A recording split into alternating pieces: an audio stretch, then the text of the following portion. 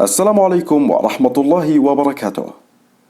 يعد السعال العرضي أمرا طبيعيا بل وصحيا، لأنه يساعد الجسم على التخلص من المخاط والحطام المتراكم. ومع ذلك هذا لا يجعله أقل إيلاما أو إرهاقا.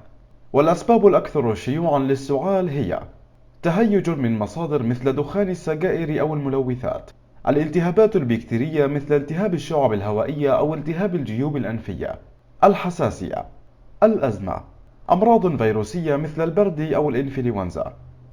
وإذا استمر السعال لديك بعد الإصابة بعدوى فيروسية أو نتيجة لتهيج، فإليك 8 نصائح للمساعدة في علاجه في المنزل. أولا، خذ العسل الطبيعي.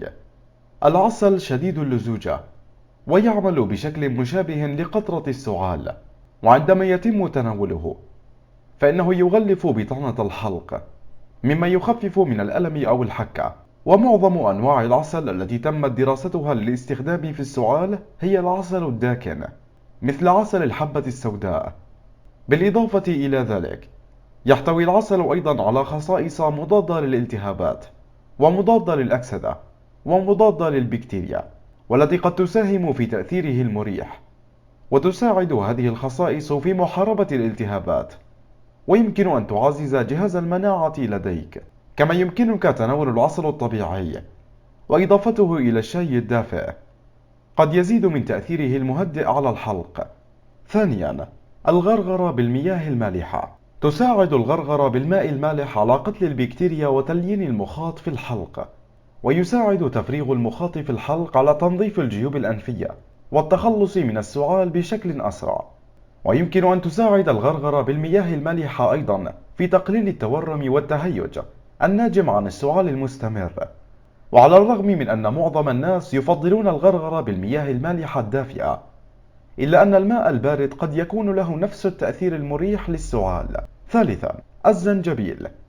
الزنجبيل نبات استوائي يستخدم عادة كمكمل غذائي، ويمكن أن يساعد في علاج العديد من المشكلات الصحية، بما في ذلك الغثيان ونزلات البرد أو أعراض العلاج الكيميائي.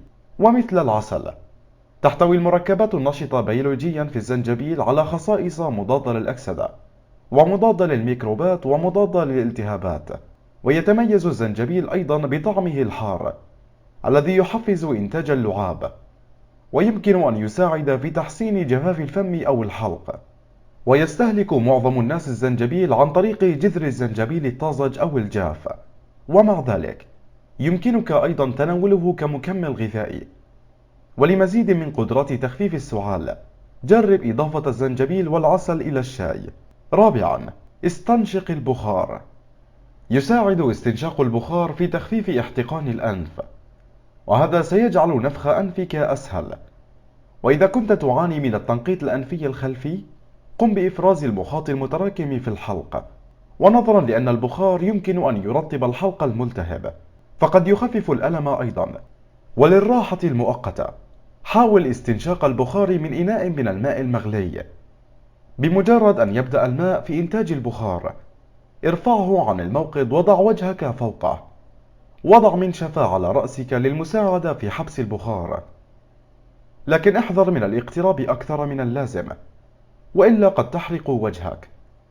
ويمكنك أيضا الحصول على نفس التأثير عن طريق الاستحمام بماء ساخن. خامسا، استخدم جذر الختمية. جذر الختمية أو نبات الخطم هو مكمل عشبي يعتقد أنه يهدئ الأغشية المخاطية المتهيجة الموجودة في الحلق والفم. وتحتوي جذور وأوراق الخطم على مادة سميكة تسمى الصمغ، وعند مزجه مع الماء يشكل الصمغ قواما شبيها بالهلام، يمكن أن يغطي الحلق مثل العسل إلى حد كبير. ويتوفر جذر الخطم في شكل أوراق مجففة أو شاي أو كبسولات. سادسا، استهلاك الزعتر. الزعتر يعتقد أنه يهدئ تقلصات العضلات الملساء، بما في ذلك تلك الناجمة عن السعال. ووجدت دراسة نشرت عام 2006 أن العلاج المشترك للزعتر واللبلات يحسن السعال والأعراض الأخرى لالتهاب الشعب الهوائية الحاد.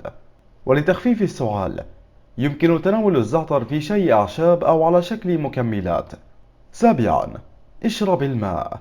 من أسهل الطرق وأكثرها أمانا لتحسين السعال هو الحفاظ على رطوبة الجسم. يساعد شرب الماء على ترقيق المخاط، ما يسمح له بالخروج من الجسم من خلال الفم أو الأنف. يمكن أن يساعد المرضى أيضا على تعويض السوائل المفقودة من التعرق أو سيلان الأنف. في النهاية، من الضروري زيارة الطبيب عندما تعاني من الأعراض التالية: صعوبة في التقاط أنفاسك، سعال مصحوب بدم أو مخاط متغير اللون، حمى، الصداع، سعال يستمر لعدة أسابيع. مشاهدينا الكرام، هذا كان كل ما لدينا اليوم. شكرا لكم على المشاهدة وإلى اللقاء، والسلام عليكم ورحمة الله وبركاته.